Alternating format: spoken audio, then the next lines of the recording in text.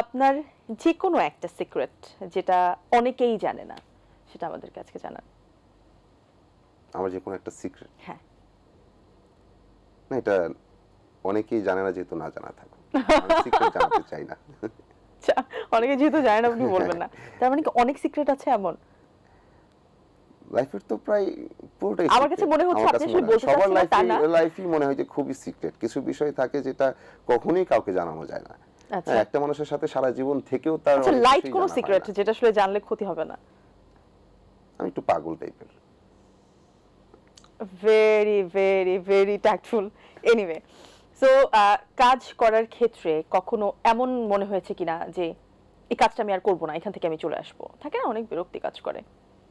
এরকম কখনো মনে হয় নাই। হয়তো চাপে ছিলাম, হয়তো কষ্ট হচ্ছিল যে না কাজটা ভালো হওয়ার আর কোনো পথ দেখছি না আসলে। বাট মানে আশা ছাড়ি নাই, যে চেষ্টা করে যাই, হোক আমার কাজটুকু আমি করে যাই, বাকিটা যা আছে আর কি, যা দাঁড়াবে দাঁড়াবে, বাট আমার চেষ্টাটা করে যাই, এটা আচ্ছা, ছিল। সেই চেষ্টাটা সবসময় হ্যাঁ, থাকে। আমরা কিন্তু একদম অনেক আগে থেকেই দেখে আসছি, আমরা যদি একদম আমাদের খুব আগের সিনেমা বা নাটকগুলোতেও দেখি, জুটি প্রথা কিন্তু আমাদের দেশের দর্শকরা বেশ পছন্দ করেন। তো মাঝখানে এই ট্যাবুটা অনেকেই ভেঙে দিতে চেয়েছে, কিন্তু আবার হয়তো বা ঘুরে ফিরে সেখানেই চলে এসেছে। সো জুটি প্রথাটা অথবা একজন কো আর্টিস্টের সাথে সিঙ্ক্রোনাইজ করার যে বিষয়টা, এটা আপনার কাছে কেমন লাগে? এটা খুবই ভালো। তখন তাদেরকে খুবই আহ, মনে হয় যে স্বাভাবিক, তাদেরকে খুব স্বাভাবিক লাগে এবং মনে হয় যে এই জার্নিটাকে অনেক ট্রু মনে হয় আর কি। এবং খুব কারণ ইজি হয়। হ্যাঁ, কাজ করতে করতে দুইজন মানুষের দেখা যায় যে বোঝাপড়াটা অনেক ভালো হয়ে যায়। এটা তো সেক্ষেত্রে আরেকটা চ্যালেঞ্জ থাকে যে আসলে কতটা ভিন্নতা নিয়ে আসছে আর কি। হ্যাঁ, তো আহ, সেই সুযোগটা আবার কমে আসে আমাদের প্রেক্ষাপটে। দেখা যায় যে এই একটা জুটি যে প্রেমের গল্প করছে, ভালো ভালো লাগলো তাকে এই করতে করতে করতে করতে তাকে তিক্ত করে তোলা আর কি, যে আর কত। কারণ প্রেমের এক্সপ্রেশন সে কিভাবে আর কত দিবে। হ্যাঁ, কারণ আমাদের হাসির ফ্রিকোয়েন্সি নানা রকম হতে পারে, কিন্তু সেই ফ্রিকোয়েন্সিটা কতটাই বা ডিল করা হয় গল্পে। প্রায় সময় তো সেই প্রেমে পড়ার এক্সপ্রেশন, বিরহে থাকার এক্সপ্রেশন খুব কমন ভাবে, তো এই একই এক্সপ্রেশনই আসবে। চেহারা তো আর মানুষের চেঞ্জ হয়ে যায় না। হ্যাঁ, তো অভিনয়ে চেঞ্জ আসতে হলে গল্পের চেঞ্জই লাগবে আর কি। তো সেই চেঞ্জটা কম আসে, কারণ গল্পের ভিন্নতা কম আসে। প্রেক্ষাপটটা প্রায় সেম, যে প্রেমের গল্প প্রেমের গল্প প্রেমের গল্প।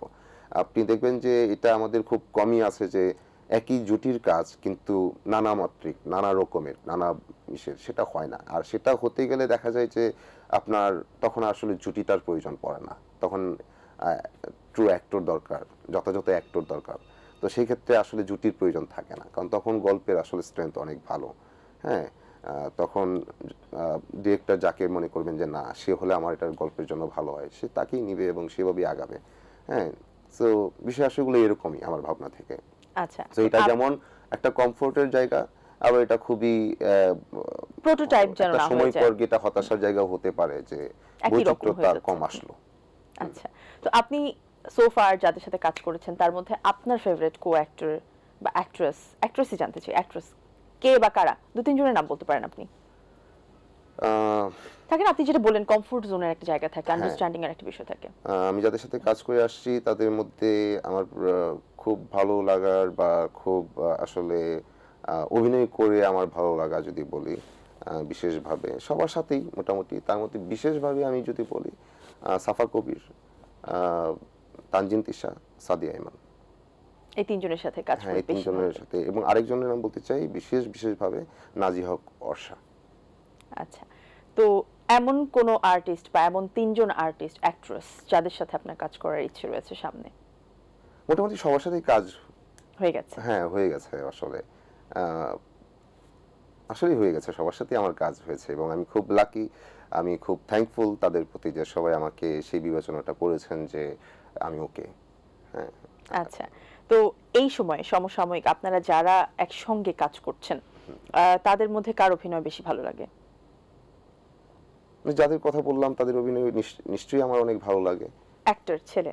অ্যাক্টরদের মধ্যে ভালো লাগে উম, নিশো ভাই, আহ, মুশাররফ করিম ভাই, আচ্ছা অপূর্ব ভাই, তিনজন তো হয়ে গেল, আরো অনেকের অভিনয় ভালো লাগে। আচ্ছা। সোহেল মন্ডল তার অভিনয় ভালো লাগে আমার নতুনদের মধ্যে শরীফ এমন কেউ সিরাজকে।